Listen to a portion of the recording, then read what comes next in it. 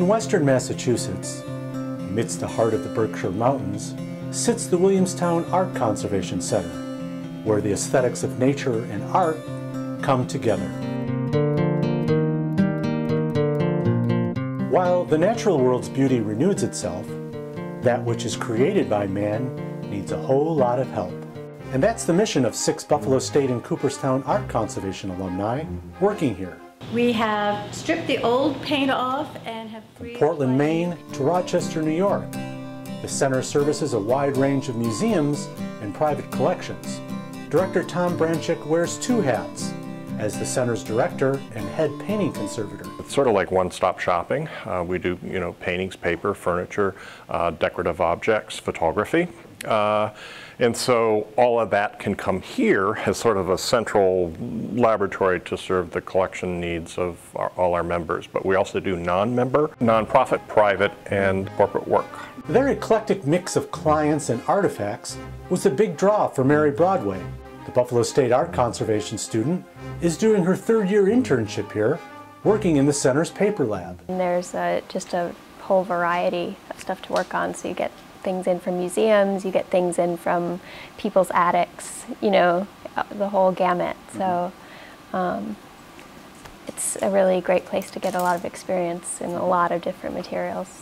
Do you want to try that instead? Mary's paper professor, Judith Walsh, has had a big influence on her development. And we could maybe do some analysis to see what we... Judy's wonderful. She has a ton of energy, and she wants to make sure that everyone gets to work on what they want to work on. We have people who are interested in sort of library stuff, and this is exactly what a library has to face. She'll get you where you want to go. The flexibility of the regional center is also what appeals to Mary's supervisor, Rebecca Johnston. I definitely wanted to be more of a bench conservator, lots of treatments, whereas different museums have different paces, but they're often exhibition driven, and you don't necessarily do quite as much treatment in a museum. What's interesting about the objects at the Williamstown Art Conservation Center is they come from a variety of places and also are composed of a variety of materials. And that's an understatement for objects conservator Helene Gillette-Woodard. This is a Victorian fan that was constructed out of a single piece of wood. This piece here is a Japanese armor. It was placed on its edge. It's made out of lacquered metal and rawhide, as well as textile components.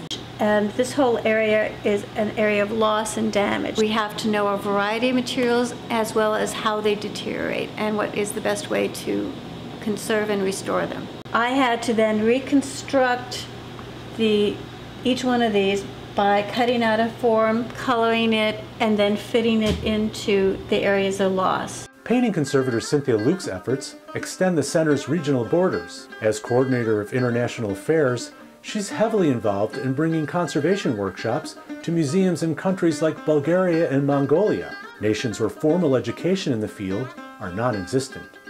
The exceptions that the faculty at Cooperstown made for me during those internship years made a big difference in what I could accomplish later.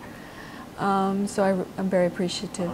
Many people are starting to be concerned that there's no jobs, and so I'm going into a profession that I'm not going to be actually going to work in. Yet, here is recent Buffalo State graduate Jennifer McGlinchey, employed as an assistant paper and photography conservator. We had a lot of interdisciplinary conservation work in Buffalo, so I used a lot of objects in painting conservation techniques and conservation of photographs. It was very helpful. My message is that if you're good at what you do, there will always be a place for you. You don't go in it to be the multimillionaire. You go into it for the passion of what you're working on. And young conservators like Mary and Jennifer have that passion, a spirit shared by all who work here. I'm incredibly honored to be able to work on all of these things, really. People entrust the history to me, and great artwork. It's humbling.